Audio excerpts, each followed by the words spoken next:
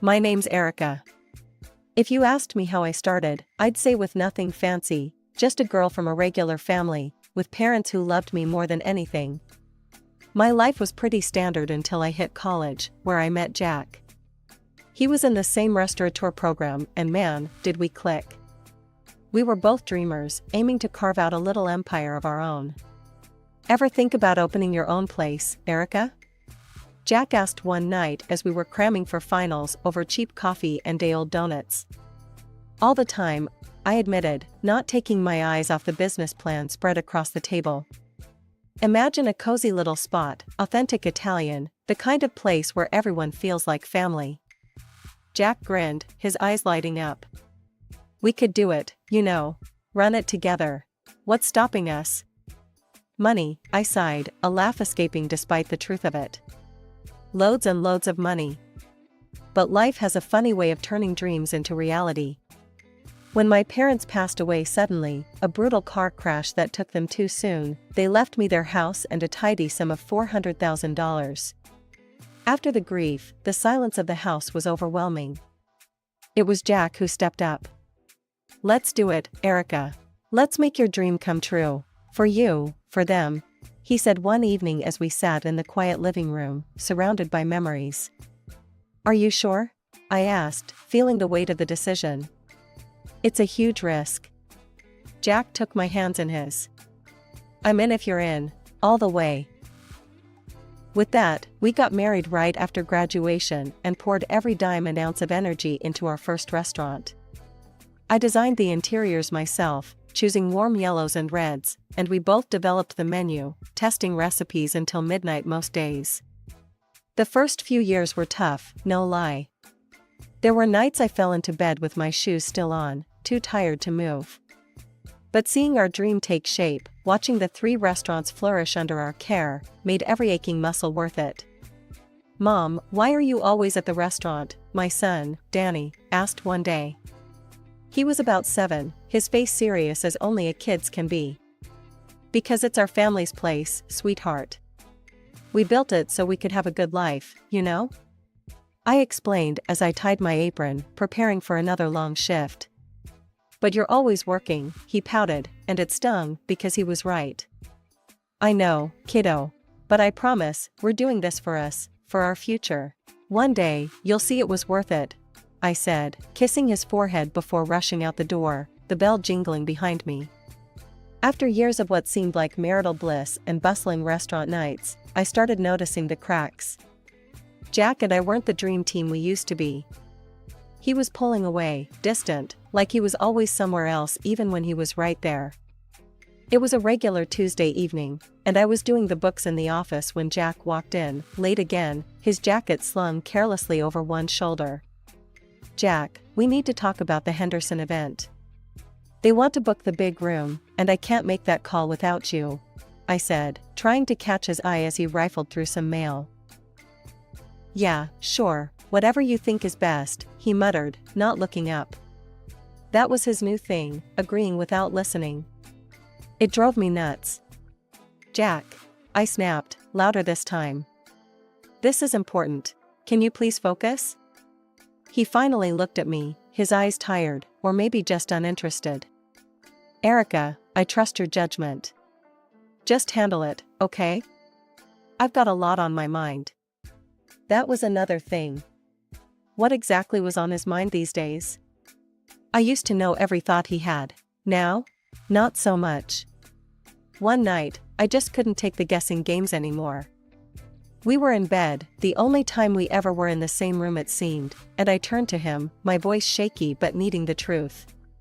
Jack, is there someone else? The words felt like broken glass coming out of my mouth. He was silent for a long moment, the kind of silence that tells you everything you don't want to hear.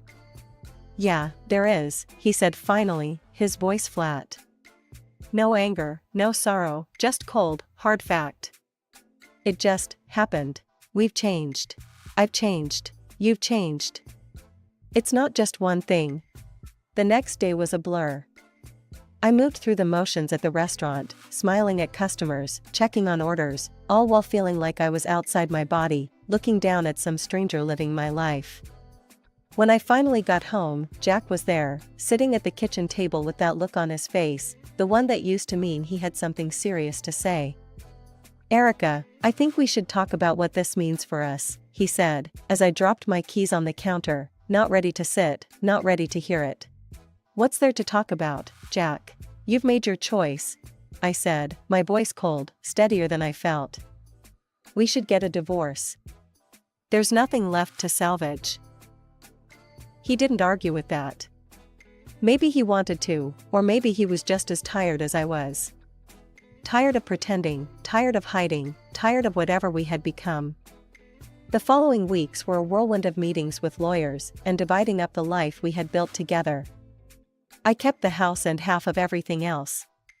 It was fair, I suppose, but it felt like paying a huge price for a life I wasn't sure I wanted anymore.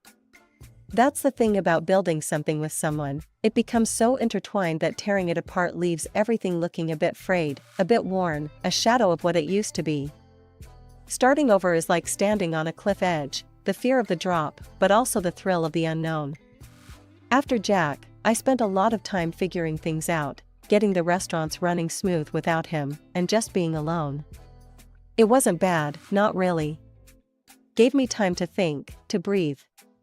But then, like a cliché in some corny romance novel, Tom walked into my life, a lawyer with a killer smile that probably won too many cases on charm alone. He came into the restaurant one busy Friday night, his little girl, Emily, in tow. They were hard to miss, she had the same bright laugh as her dad. "A glass of your house red for me, and a lemonade for the little miss," Tom smiled at me, not knowing I owned the place.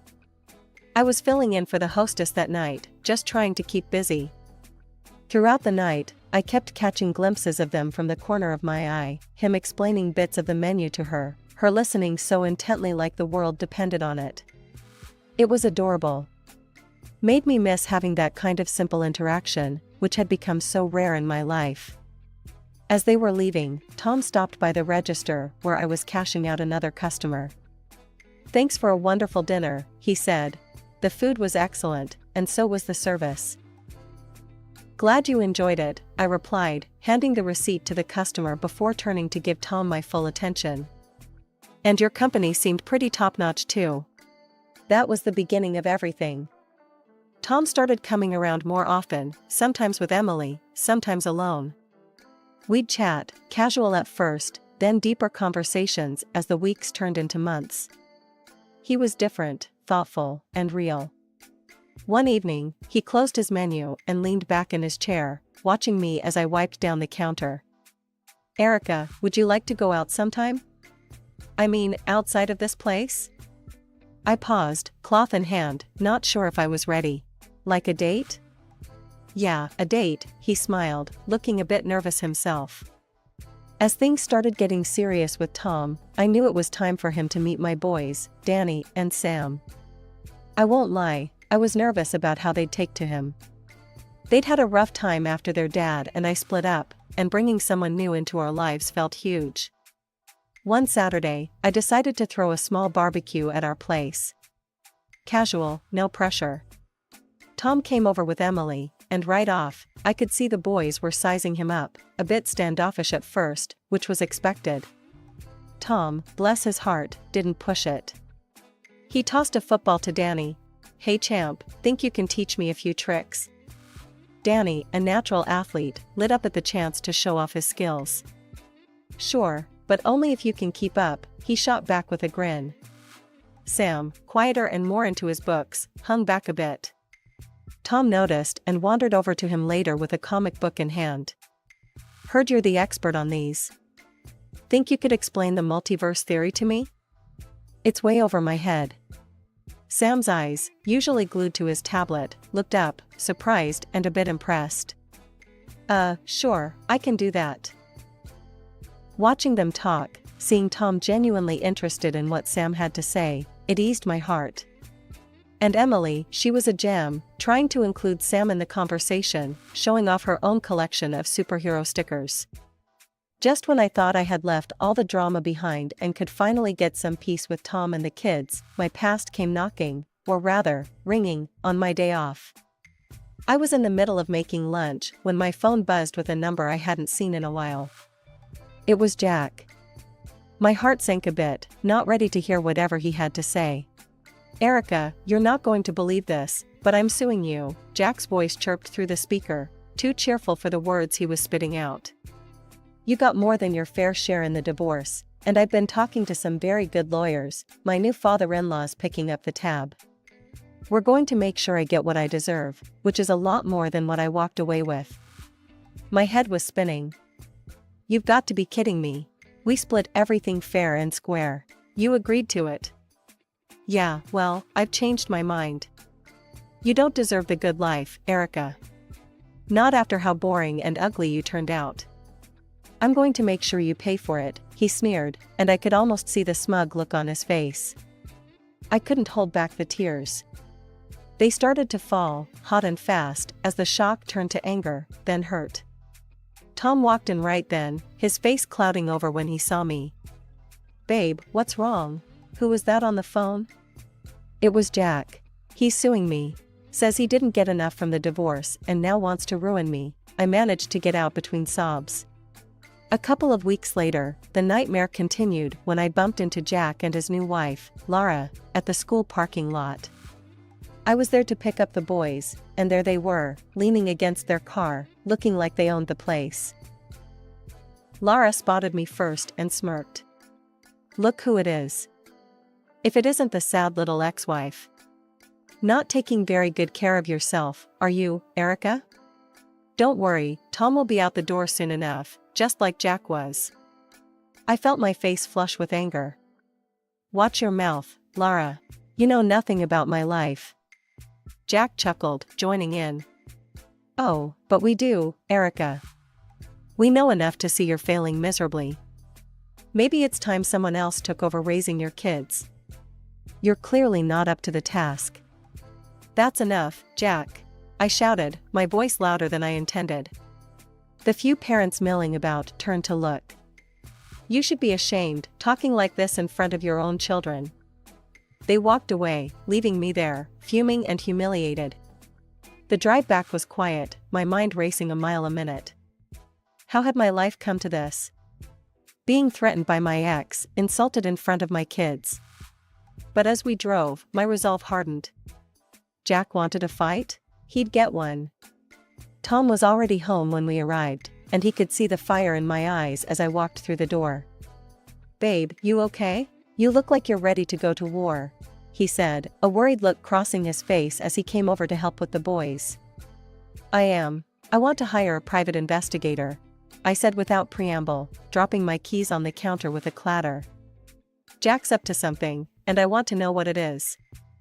The next day, Tom set up a meeting with the investigator, a grizzled guy named Mike, who had seen more shady dealings than a street corner in a noir film. We laid out everything, and Mike nodded, scribbling notes in a worn leather notebook.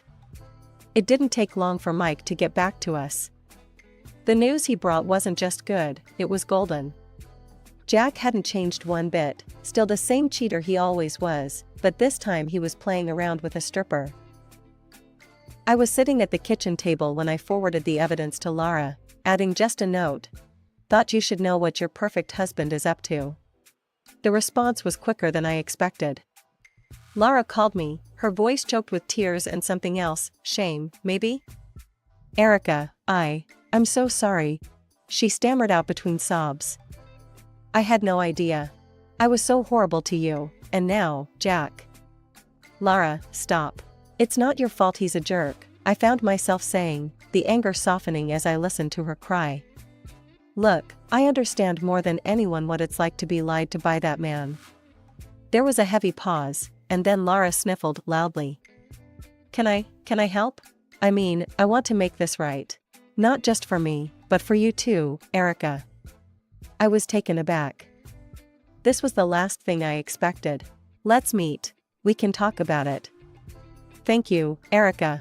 Really, thank you," she said, her voice cracking again. As I hung up the phone, a mix of emotions swirled through me. I had started this to protect myself and hit back at Jack, but now it felt like something more. It wasn't just about revenge, it was about setting things right.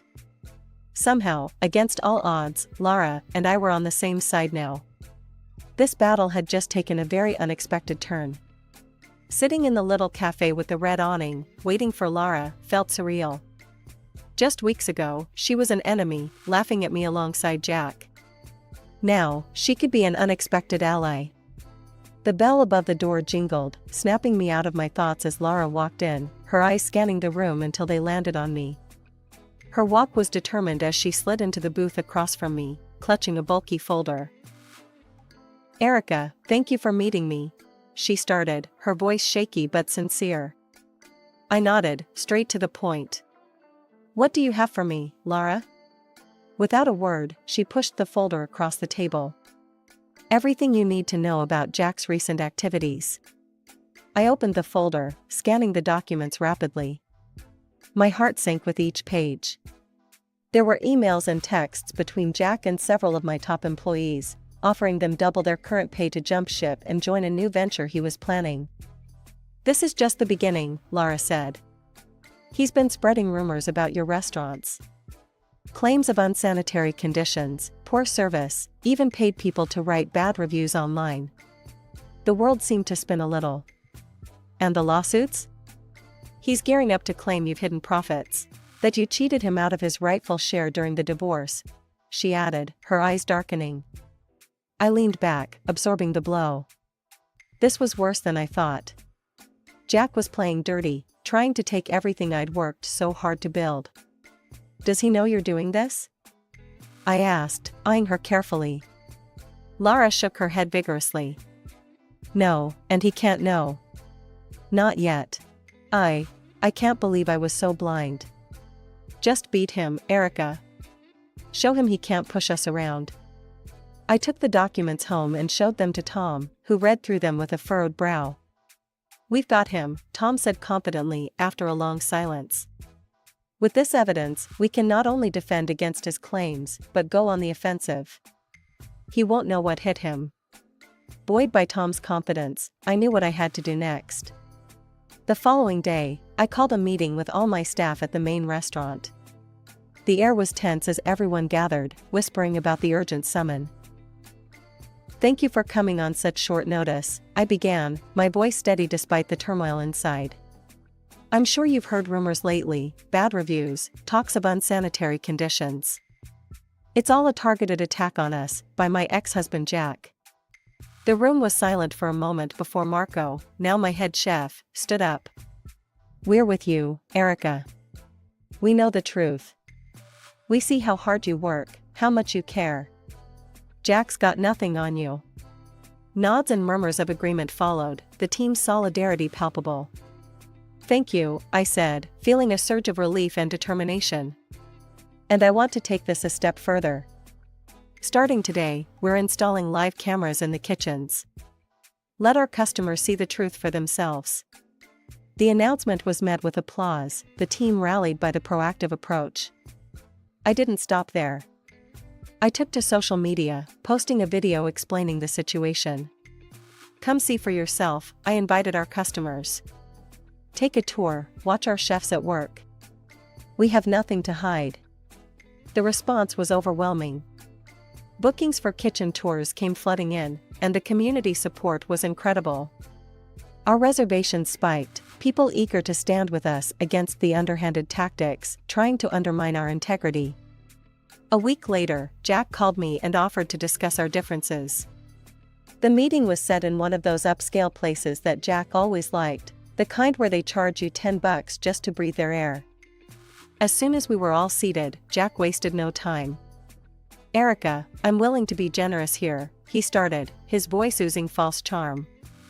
"I'm ready to forgive you for all the trouble you've caused, and all I'm asking in return is a couple of your restaurants and, let's say, a small compensation of $1 million. I stared at him, stunned by his audacity.